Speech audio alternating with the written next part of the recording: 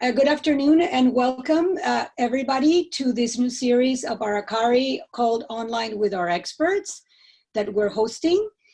For those who don't know me, my name is Marisol Mosquera and I'm owner and founder of Aracari, a company I founded almost 25 years ago with the mission of sharing the knowledge and experiences from our country and region, the Andes, with the world, with all of you, by means of connecting you to the best that our country has to offer.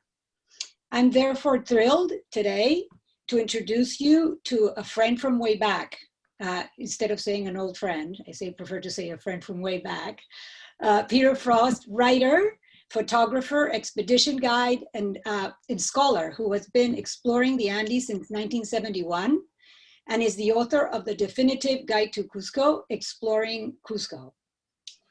Peter and I met in Cusco back in 1995 when I was exploring Peru with the view of setting up Aracari.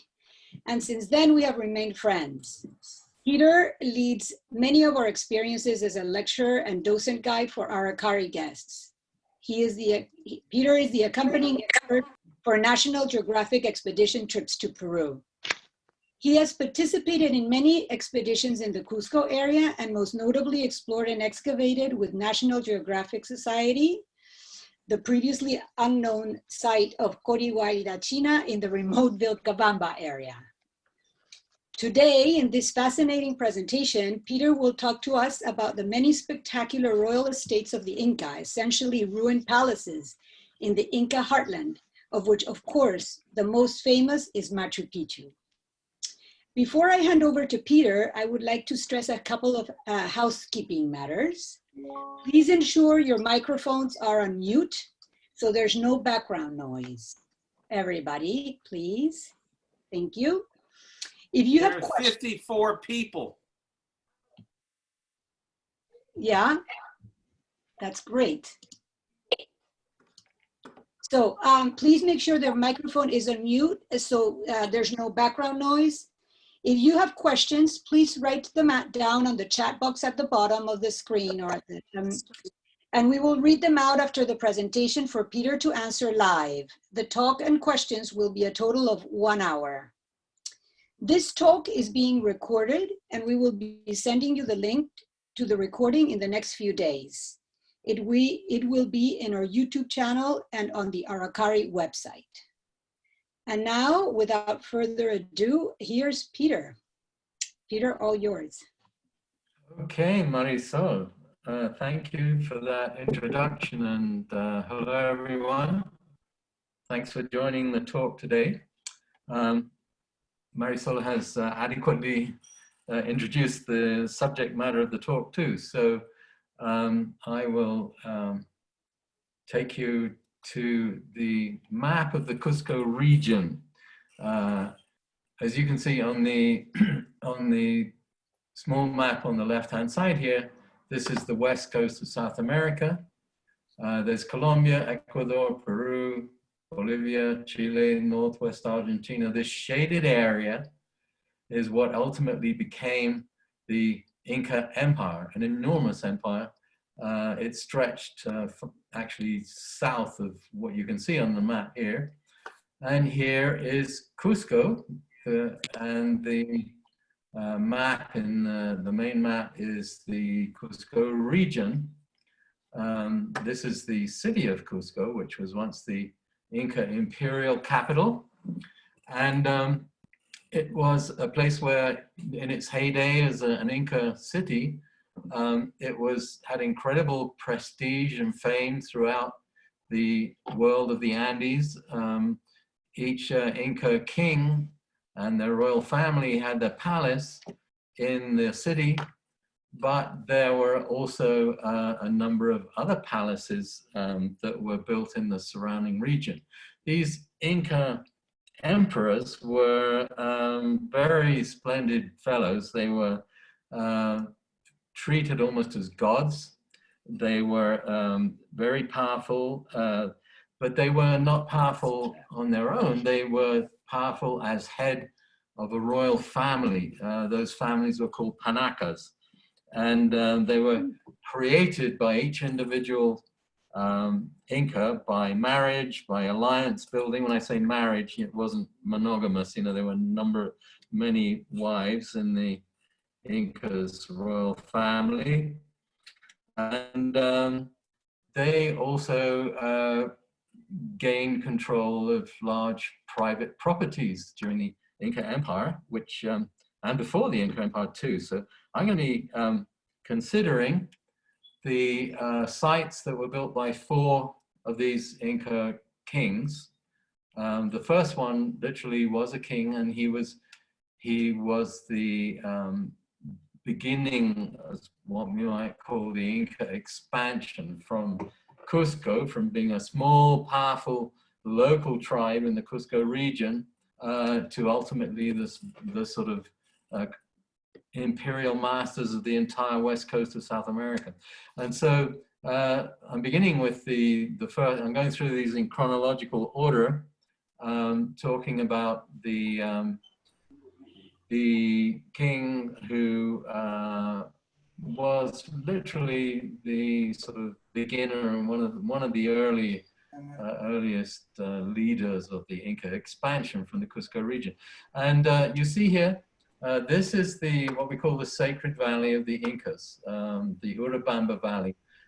There are 2 major valleys in this region, the Apurimac Valley here, and the Urubamba Valley in the north, which we call the Sacred Valley of the Incas, because, you know, for a number of reasons, but because it's an amazingly beautiful valley. It's very prosperous and productive region with a beautiful climate.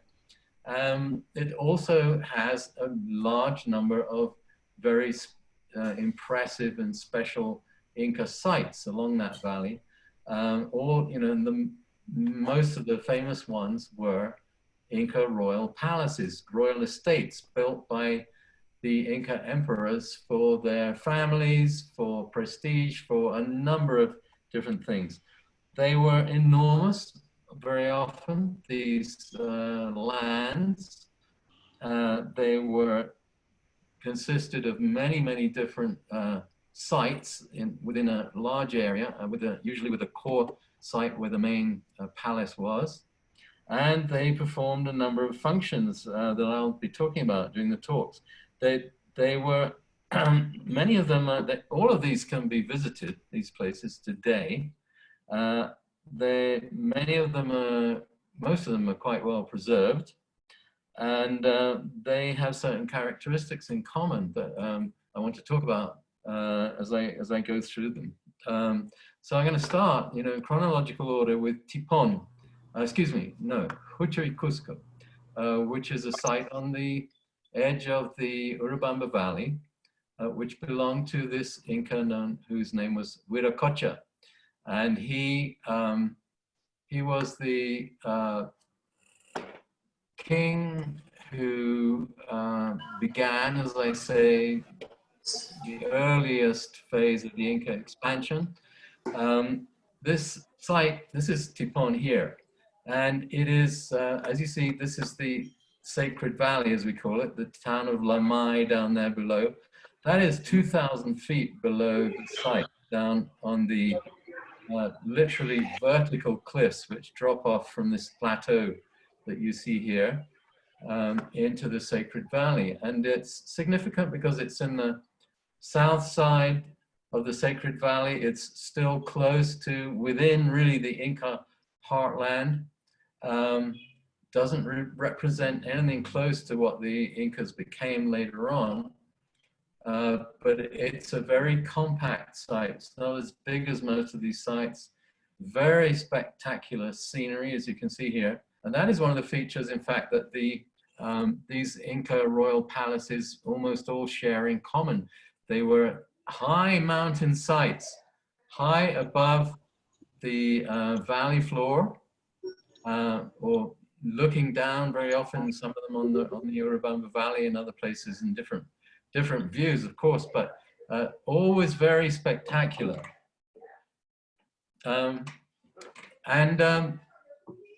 Just a second, please.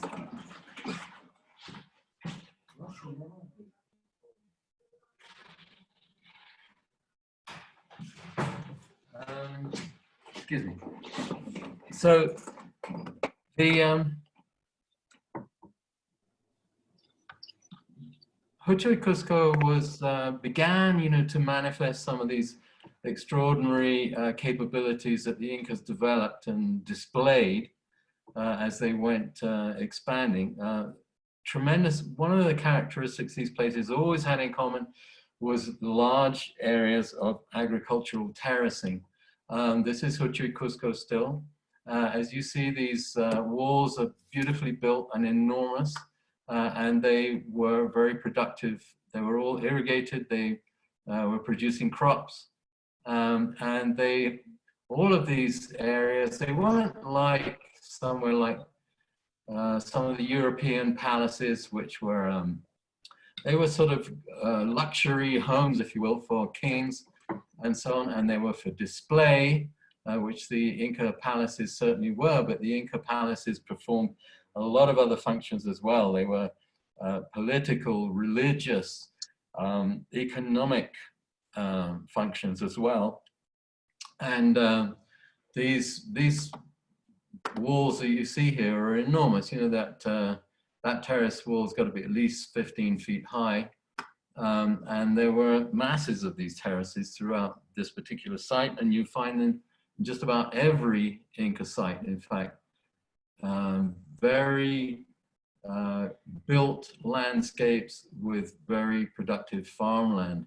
This also included, of course, buildings that were designed for the, some of them more ordinary, some of them beautifully made with stonework like we're seeing here. Once again, we're still in Choi Cusco. And the stonework is getting to be, what we associate with the Incas, this superb fitted stonework that's beautifully made and cut perfectly so that it fits so well together. This quality stonework is pretty good. It's not the best that the Incas ever did, but it's pretty good. And it sort of marks some of the high status Inca palaces and buildings and so on that we see. But notice that this site also is adobe, this mud bricks built the top of the building. This was a two-story building. The first floor was set in on the ceiling, set in here on this ledge that you see. And then there's an upper floor, which was actually taller, where there are niches in the adobe wall. And this had access, there was a door giving access down here below. And there was access from the terrace where I'm standing, where somebody was standing when I took this picture.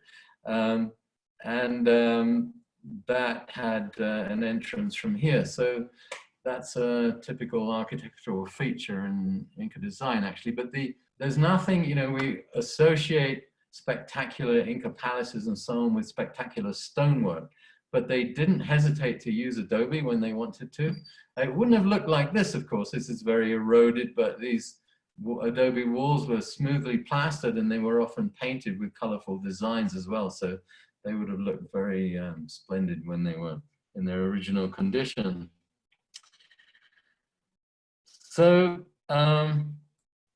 this site, Choi Cusco, by the way, was built by, we know that it was built, sometimes we don't know for sure who built these places, but we usually have clues. Huiracocha, this Inca king, had his mummy, after he died, was actually found there. I'll say a few more words about Inca mummies because they were so important, but that was one of the ways that we know for sure that it was found there by the Spaniards after the Spanish conquest. And that's one of the ways we know for sure that it was Inca Huiracocha's place. There was another thing these sites often have in common is quarries, places where they were cutting and taking stone out of the mountains and preparing it to be sent to the site.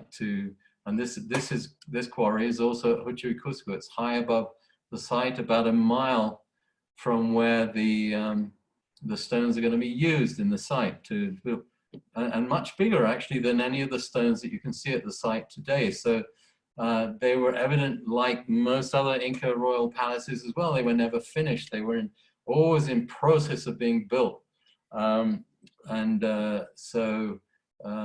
the stones you see here are beautifully cut and intended for some royal palace that we don't know what it was ultimately going to be, or what it was going to be some part of that site at Choi Cusco. So this picture here on the left is not one of the Inca royal mummies, but it's actually those mummies were found at a site, an Inca site in northern Peru, which I had the good fortune to visit before they removed the, it was a recent discovery, and all of these mummies were lying there jumbled around in the site. They hadn't removed them yet for to take them to a museum storage, but it's these mummy bundles that you see here. That was a very typical feature of when dead people tended to be mummified, especially if they were higher status, higher ranking sort of people in the Inca Empire. And long before the Incas, they were doing this kind of thing too. But the Incas had a particular way of viewing the mummies, especially of the higher ranking people, and above all of the Inca emperor and his wife, that they were treated, the mummy was almost treated as though it was still alive after the death of that individual.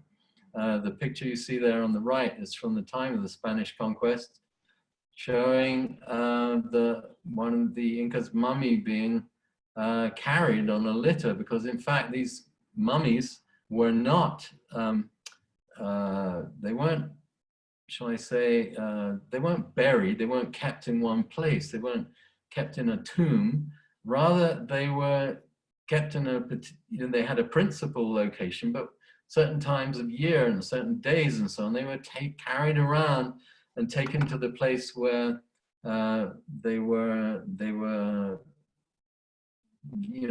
places that they owned and the special sites that were important to them during their lifetimes after they died. So the mummy was in fact this central feature of the Panaca of the Inca.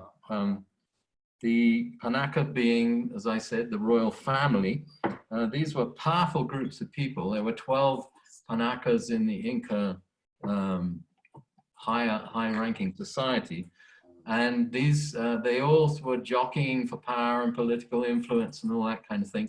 And the mummy was the center, the sort of centerpiece of that, let's say that sort of political sphere, and the family's identity and so on was all very closely linked to this mummy. So let's go back to the map of the Inca royal sites. That was Choi Cusco. I've got to speed up a bit if I can get through them all, I think. But this is another site that's associated with Viracocha. Notice that, both of these sites, Choi Cusco and Tipon, are both fairly close to Cusco, because we're still in the early phase of the Inca expansion before they really began to go far beyond their local area. This is Tipon. This is southeast of Cusco, probably about an hour's drive, but not one of the fairly easy to visit. The site's very well preserved, as you see here. It's really beautiful. I want to mention somebody has a microphone on. If they could mute their microphone, please. Thank you. It's very spectacular, once again, as most of these sites were, beautifully laid out. The architecture is astounding. And you see, for example, these flying stairways that you see in other Inca sites on the terraces that lend, break up, besides being useful functionally to get up and down the terraces, they also break up the monotony of the walls and create this interesting pattern.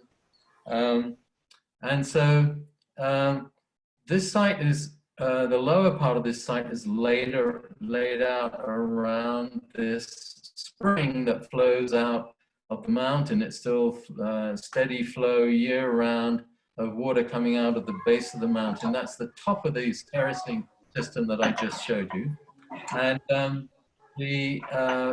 this is a different view. This is down below here, what you see below that water flow coming out of the mountainside, which they've channeled. This is very classic. Could I ask somebody to mute their microphone, please? Thank you. The water flowing out of this mountainside has been channeled into 2 channels, and then it bifurcates again into 4 channels here, and then down here below, they all join again back into 1 channel. They started out with this 1 channel and returned to 1 channel. And this is a kind of ceremonial feature you see in a lot of these Inca royal sites. And it really, these had special meaning for the Incas in their ceremonial and religious life, which, you know, some of the meaning of these numbers and so on, and the number of channels, they had meaning, but we don't know what that meaning was anymore. But it's, you can see that despite that aspect of it not being available to us, how incredibly beautiful they were, these sites. That's one of the things that's always struck me about the Inca work with landscape and architecture and design and water channeling and so on, that it's so, the aesthetics are so extraordinary that, you know, Machu Picchu, of course, is the famous one, but you see it in many other places too, this incredible attention to design and perfection and beauty in these sites.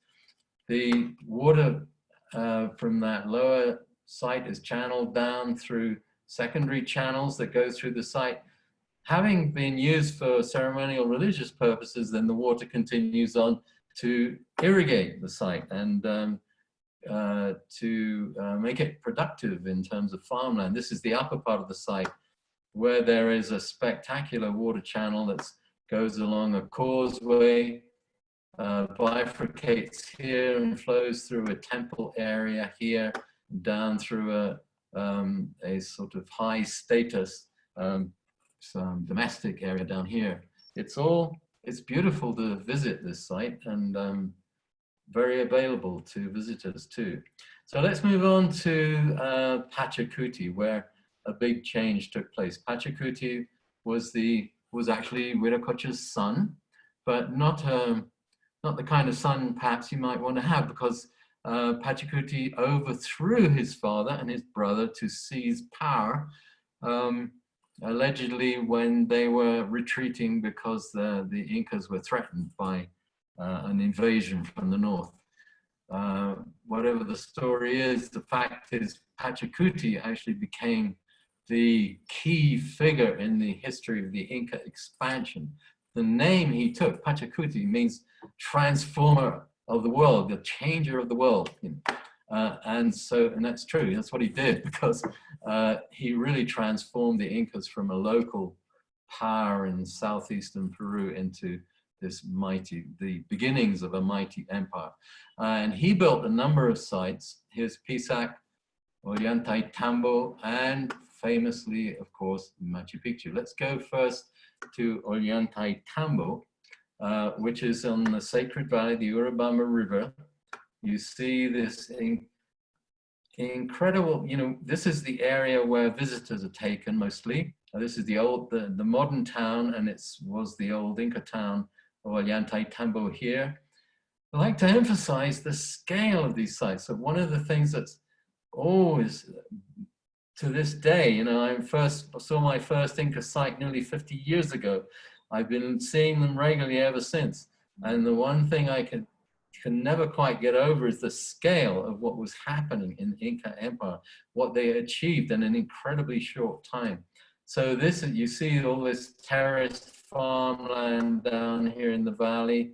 The river has actually been channeled here between stone banks. That's why it's straight, which you don't normally see in nature. And the site goes for miles up this valley and continues over the mountains, and in both directions, down and up the valley. it was highly productive. This is an illustration from that same illustrator from the 16th century showing us the way that the Incas organized labor and so on and put their surplus crops into storehouses, which are still there at Ollantaytambo. These storehouses are up there in the mountain across from the main area of the site where most visitors go, and they're very visible.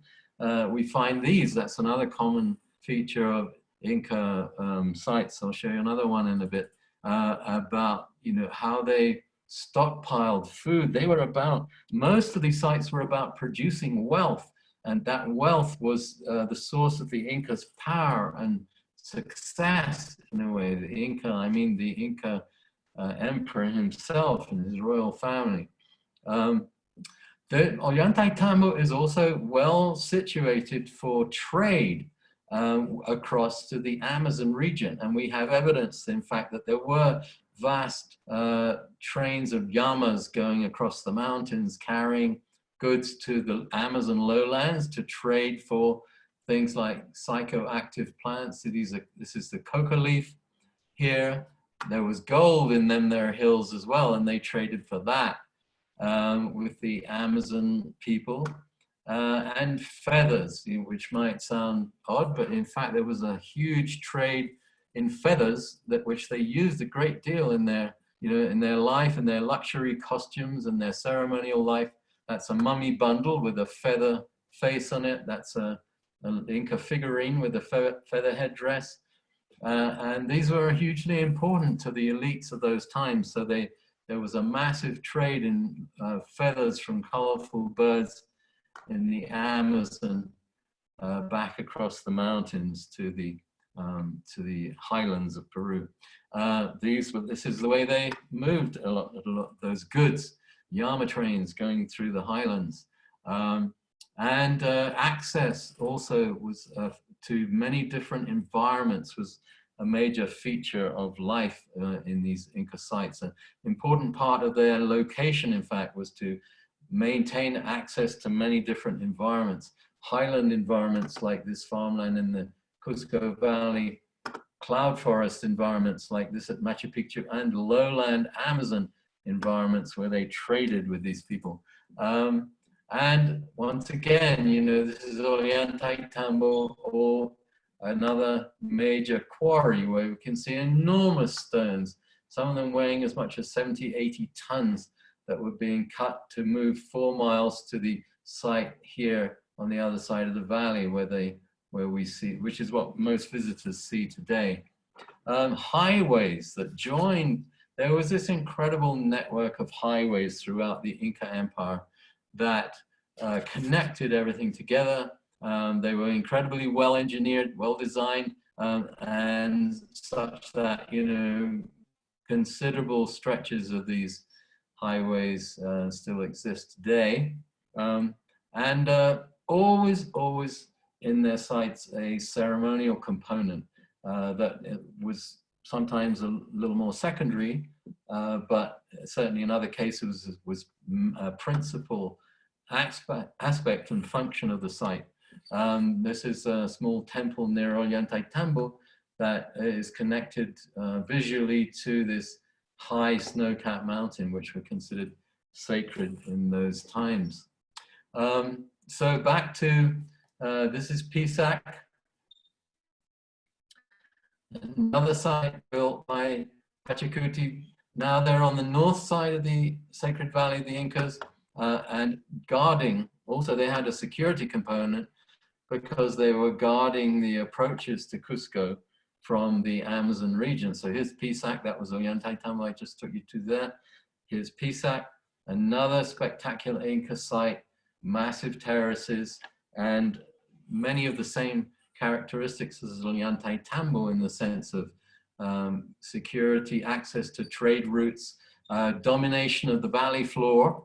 What you see here, this terracing, Inca terracing, follows what was once the contours of the meanders of the river, which they actually moved, get this, they moved the river. That's the river there, the Urubamba River. It was at one time, it was on this side of the valley. They moved the whole river over to that side of the valley to gain farmland over here, which was irrigatable, irrigable from this side. There was water, more water on this side of the valley. So it's dead straight there for about 2 miles where they moved the river over to make it more convenient for them. And now, Pisac, spectacular site, easy to visit from Cusco. And here's Machu Picchu, the moment you've all been waiting for, perhaps. A spectacular site. I think nothing quite compares with Machu Picchu for the surrounding landscape and the way that the site is compact on this wide mountain ridge. But something always to bear in mind at Machu Picchu is not only that it was, a major site that this is what most visitors get to see, but there were dozens of outlying sites in the region. It also, I believe personally, that the main reason for putting Machu Picchu here was not economic, it was not strategic, it was ceremonial. It was about landscape, the fact that the Urubamba River, which was considered sacred to them, ran all the way around the site. The fact that it was part of a ridge which descended from this high snow-capped mountain, the biggest in the entire region, called Salcantay. Those features and many others were tremendously important to the Incas, and the site was designed, as you may see here, to harmonize with this landscape which they considered sacred. And another aspect to the whole thing is that these sites, by now, we're talking about expansion. Pachacuti had begun to expand the Inca Empire outwards from the center in Cusco. And that meant that many other cultural influences were coming into the Inca Empire. This is a knife that's not an Inca knife. It's from the north coast of Peru, found at Machu Picchu. This person also found at Machu Picchu. That skull is a sign of cultural identity, the way it's been deformed deliberately when the person was a child to give them that funny shape on the skull. But that's not Inca. So that's a non-Inca person. These sites were multicultural. These fragments of pottery were found at Choqquequirao, which I'll talk about in a minute. And there's Inca, Inca, Inca, Inca, not Inca. This piece here was definitely not an Inca piece. So we find lots of signs of the expansion of the Inca Empire when we begin to look at those sites. Peter, to let you know, sorry to interrupt, but it's 30 minutes. It's what? Yeah, okay, sure. Yeah. Water channels, water management at Machu Picchu was spectacular. And as I mentioned, there were many outlying sites. These are 2 sites among many that also can be visited on the Inca Trail to Machu Picchu. This one was supplying Machu Picchu with food, I believe. There was metallurgy, there was metalworking going on at Machu Picchu. This kind of this piece actually was found at Machu Picchu, and it was made there, we're pretty sure. This was kind of smelting that was going on. There was weaving was happening in these places. Beautiful textiles were being made. And Pachacuti, of course, eventually he turned things over to his son, Topa Inca, before he died. But here is the palace, the famous palace of Topa Inca at Chinchero, which is also not very far from Cusco, easy to get to and easy to visit. Spectacular remains of terraces there. A church built on top of an Inca building. That's one of the things that you often find in the Spanish Empire, that they would build their Catholic churches on top of native major palaces and temples. And that's one of them there. Enormous, this is a complex of storehouses near Chinchero, which is staggering. It's incredibly, you know, I don't know if anybody's ever tried to calculate the volume of all the warehouses there, but they were absolutely, it's an incredible complex of storage built, producing from, this is a site that's also connected with Chinchero called Morai, also quite well known now. It used not to be so well known, but these are agricultural terraces in the landscape, built into the landscape. And just to give you a sense of how big these sites were getting by now, Topa Inca now, you know, the height of Inca expansion. This place is part of Topa Inca's royal estate, and it's 16 miles from Chinchero itself, the main part of the site.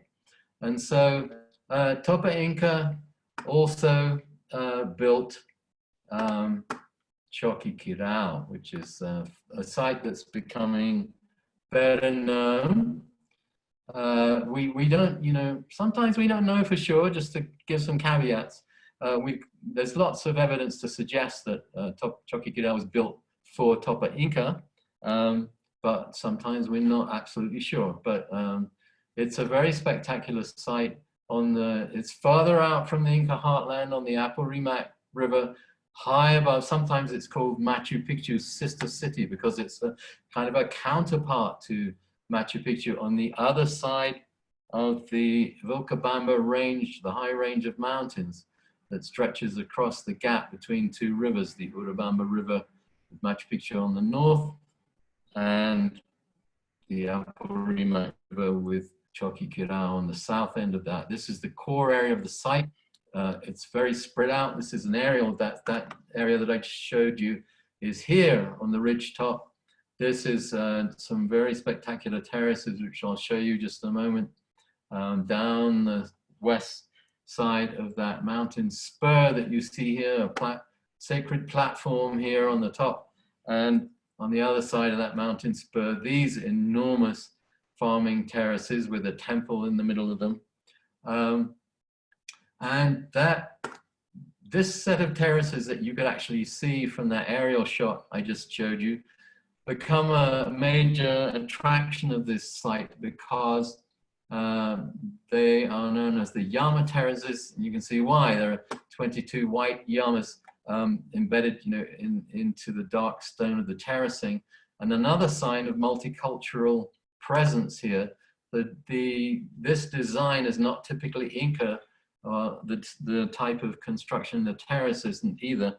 They think this was built by Chachapoyan people from the north of Peru, whom Topa Inca had conquered. And so another aspect of the site, I talked about, you know, the connection with ceremonial, you know, the importance of connection with landscape in their religious and spiritual life for these people. We see, you know, the landscape was also connected to sunrise, you know, solstices, this kind of thing. And this is a feature that I personally was involved in noting and discovering it on a mountaintop close to Choqquequirao, where there was a platform built.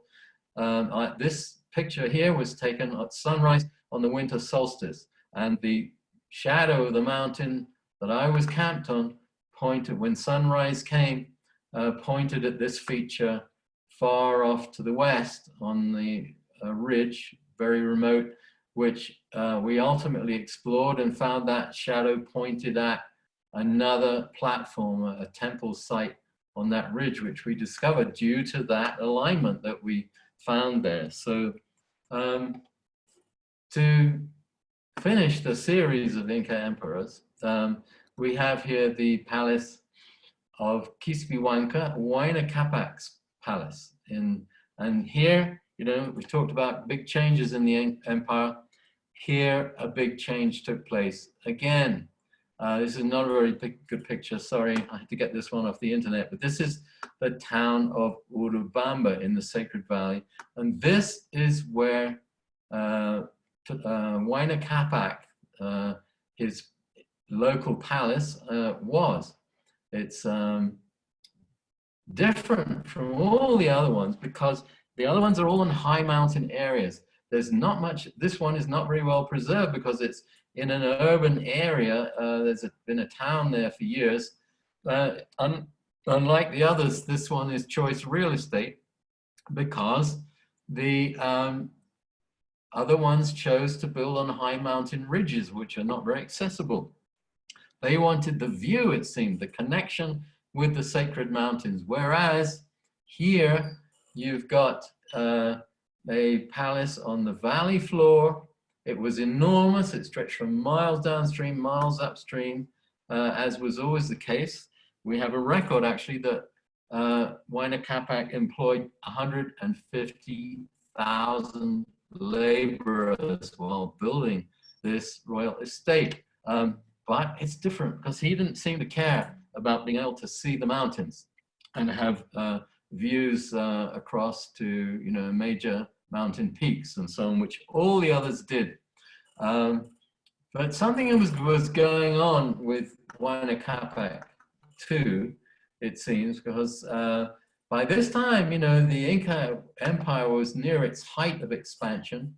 And we have some record that Huayna Capac was actually not born in Cusco. He was born in the city of Cuenca, in what's now called Cuenca, in what's now Ecuador. And he seemed to, you know, if I could put it this way, Cusco wasn't big enough for Huayna Capac anymore. He was actually building another major royal palace here in the north, more than 1,000 miles away from Cusco by this time. This is the royal highway. There's his Cusco here, going to the northern part of the Inca Empire, and this is where he was building his other major palace, which of which very little remains now. This is the remains of Huayna Capac's royal palace in what is now the city of Cuenca in southern Ecuador. And so this series of Inca sites not only tells us a lot about how the Inca emperors and their royal families lived and what their priorities were and how they did things and so on, but it also portrays a sort of trajectory of expansion, growth, expansion, and so on in the Inca Empire. So Machu Picchu, famous as it is but one of these amazing sites which are still, you know, and the nice thing about the other sites, by the way, is most of them you can go there and there aren't all that many other people around, which is not the case with Machu Picchu. It is now, of course, but you know, we don't have to talk about that. But soon enough, these sites will be, in fact, actually, I should mention that, oh, I'm trying to stop my timer. It doesn't want to stop, but Machu Picchu, a little sort of news flash, but Machu Picchu is actually reopening today for the first time since quarantine began here in March. So people are going to be able to go there again. Anyway, over to you, Marisol. I think I've talked now. That was wonderful. And there you have an image of Peter's book, which I have one. I didn't bring it to show it that I really have it. I've had all the editions. So Peter, we have some questions here on the chat box. Monica, do you have some for Peter? I do, Peter. This one was a question for you. How did the Inca preserve the mummies? They had they would disembowel them, and they would put plants, herbs inside their body cavity. They would desiccate them and dry them out in the sun as well.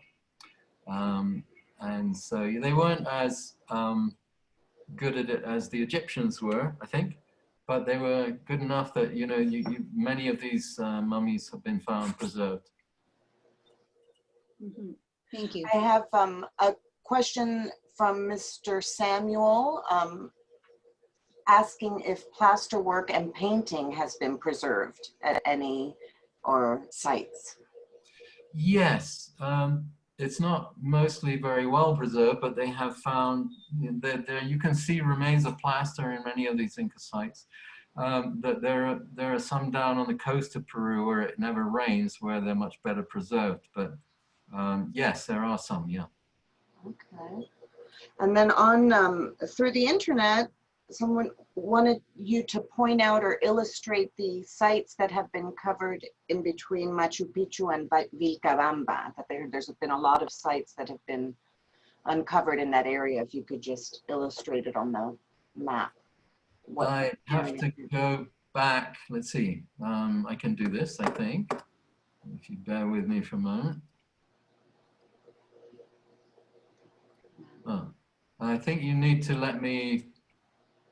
I'm not able to control my screen right now, Marisol. Are you able to let me control this? I don't know. Okay, right, got it. Okay. Okay. There, here we are. Now, the question is, where are these sites? Right, in between Machu Picchu and Vilcabamba, what's the area? Yes. This region here is the Vilcabamba region, okay? Choqquequirao, Machu Picchu is on the borders of Vilcabamba, and so Choqquequirao is too. So those are really almost Vilcabamba sites. In the hinterland of Choqquequirao, here to the north, we have found sites, several, a number of sites around this region, smaller ones. In this, right about, let's see if I can get this right here. Right about here, there's a major Inca site called Vitkos, which Mr. Martin, is it possible to walk from Choqquequirao to Machu Picchu? Yes, it is. Yes, there is a route. You can walk up over the range from here, and where are we? Over here and down the Santa Teresa Valley here, over a ridge here, and to Machu Picchu from here. Yes, it is possible. It's quite pretty rugged country. It's a 12-day hike. Spectacular, as always, with these areas. But you can do it, sure. One more question from Ms. Gould, asking which features of Choqquequirao suggest that the Chachapoyas were involved? The iconography, stonework technique? I would say stonework and the sort of most, I don't know, the sort of inlaying stones into different colored stones and creating patterns in terrace walls. This was there's other examples of it, but yeah, those are the main features. I'm not sure if they've ever found any sort of Chachapoyan artifacts during excavation there, but it's mainly the style of stonework that you find in some of the terraces there. And Miss Jarvis would love to hear about some of your recent discoveries, if you'd. Well, it's a kind of a different talk, but I do, the work I've been doing has been in this region to the north of Choqquequirao. We've been exploring the hinterland of Choqquequirao, finding sites beginning in 2001 and extending through 2016, finding sites in this area that are Inca and pre-Inca. This area sort of filled in some missing parts of the puzzle of Choqquequirao as to how they were supplying Choqquequirao with food. There's actually a tremendous range of altitudes in these sites, which allowed them to grow lots of different crops and products in a relatively small region. That's a big factor of life in the Andes. Lowland, middle levels and high levels where you can produce lots of different things. That's all accessible here, and we found sites that were doing that. We found enormous water channel 5 miles long that was irrigating these sites. and we also found evidence that the Incas had taken over a local tribe that lived in that region and sort of incorporated them into the Inca Empire during that time. So one's called Corihuarachina, and now that the other is called Huiracochan, which is a bit further west. But yeah, this is the area where I've been doing that work. Another question, Mr. Frost. You mentioned that Choqquequirao was a sister city of Machu Picchu, and also that it had a religious purpose. What was the main purpose of Choqquequirao, and why do you think they're sister cities? Well, sister cities is a manner of speaking, and it's an expression because they have a lot of features in common. Machu Picchu is built on a ridge high above the Urubamba River with incredible views of sacred mountains, peaks, sacred mountains. And that ridge runs from Machu Picchu. Are you following my laser here? It runs from Machu Picchu all the way along here, across Salcantay, the mountain here. And then, the range itself continues through here. The mountain, they're only showing the very highest peaks here, but the fact this range continues all the way down to Choqquequirao here. So they're linked by a mountain range, and Choqquequirao is built on a mountain ridge high above the Apurimac River. There's also some features of the site layout that are similar to Machu Picchu. And they were both royal estates, one belonging to Pachacuti. In fact, some people think that Pachacuti began the construction here and then Topa Inca took it over. But the religious aspect of this has to do with sacred landscape and connection with an area which seems to have been very special to the Incas in terms of its importance in their ritual, their ceremonial life, their belief system, if you will. I hope that answers your question. Yeah. How much discovery is now done by drone photography? Do you know? Drones are more used, I would say, rather than to discover, they're used to survey things that have been discovered. People do use satellite imagery to locate things, and that kind of thing has been done more in other parts of the world than it has here in Peru, partly because the terrain in Peru is so challenging and difficult to scan, using that kind of technology. As the technology gets better and better, that will be used more and more, I think, here. And certainly there's tremendous potential for that kind of thing. But, in terms of the work we've done, we have used drones and they've been very helpful. But fact of the matter is that we did it mostly the old-fashioned way with boots on the ground. And so it's very tough work in that terrain, which is very challenging. But nevertheless, I do see tremendous potential for that in the future. I have a couple more questions here while we have some minutes from our Braun Griffith, one of our travel advisors, who loves your book, by the way, was fascinated by the fact that the Incas could lift these huge, heavy stones to places like Machu Picchu. Was Machu Picchu a quarry as well? Yes, Machu Picchu had the benefit of being made of beautiful white granite. The whole site virtually is sitting on a granite shield. So they didn't have to go far to get the stones. They didn't have to go anywhere to get the stones. They were right there. There is a quarry. There's an area in the middle of Machu Picchu that we call the Quarries. It's an area that has not been built over, and it's an area where they were getting stones from. Yes. But they weren't so challenged about, moving stone long distances as they were, for example, at Ollantaytambo, where they moved enormous stones for miles. And that's how they did that is a whole other story, which I don't really can't really get into here, but that's for another talk, for the next one, Peter. You talk Yes. about quarries. yeah. I have from Adriana Cucho, she wanted to refer to your reference of paintings in Choi Cusco. Is there any clue as to what type of painting or designs we're talking about? Well, paintings were, they would plaster adobe walls. They sometimes did use sort of gypsum to give a white surface. But they would also paint on adobe, plain sort of smooth plaster. And as far as I know, that there aren't any remains of paintings at Choi Cusco itself. There are in other sites. There's a place called what's it called?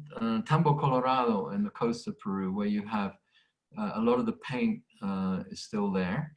And there's a site called Rachi to the southeast of Cusco. It's off the map. It's not on the map anymore here. It's over further east, where you can see a step fret design painted in. It's faded. It's not much visible anymore, but you can see that on adobe walls of a major Inca temple there.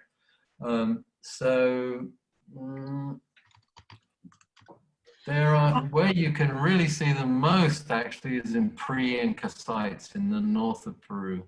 The Mochica sites, they have incredible murals on the adobe walls there in the north of Peru. I have one more question that, right, from Mrs. Jarvis. Have you a favorite site, Peter? And what is it? I got lots of favorite sites. They keep changing, but it's difficult to single out one. I'm very fond of Choi Cusco because it's so spectacular. It's not that well known. When you go there, the chances are you're going to have it to yourself. It's a little difficult to get to because you basically have to walk to hike up to it, and it's not very easy. But that's one of my favorite sites, I have to say. And from Mr. Goldman, quick regarding transport, do you know of any plans of the government of Peru building a tram to Choquequirao as they did to Cuelap? Yes, there is a project to do that. Everything, of course, is sort of on hold due to the current situation.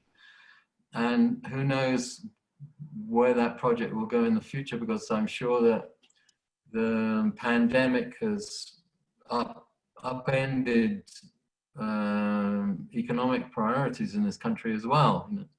However, yes, that project does exist. Now, when and whether it will ever happen, I don't know. I think we've come to the end because it's been an hour and you've been very punctual, and thank you very much for this wonderful presentation, Peter, and thank you everybody for participating and for all the questions. We have a final question from Susie Dyson, Peter, and she's asking us, why is the palace in Urubamba not featured very much? I mean, is there anything left there? Yes, there is. There are some things you can see there, and it's worth a visit for a hardcore Inca fan. In fact, Susie, where you lived, I know Susie personally, and she once had a house on the terraces of Yucay, which were also part of Huayna Capac's royal estate. But the main palace was in Urubamba, and there isn't a lot left of it. So that's why it's not really on most people's tourist agenda, let's say. But I'm certainly happy to take people there if they want to see it. Fantastic, Peter. Well, before we end, we would like to ask you where we can get your book. Is it possible to buy it online? Yes, you can get it on Amazon. Fantastic. So, and please do. Fantastic. We've had a great turnout. We hope that Peter will come again and give us another fantastic talk.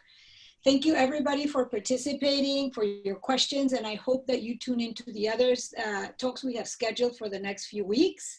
The next one is in a couple of weeks' time, The Magic of Quinoa by Jose Luis Lescano, and please don't miss it. We'll send you a reminder and you can sign up on our website. Thank you very much again, Peter. It was fantastic. And thank you, everybody. Great. Thank you. Thank you.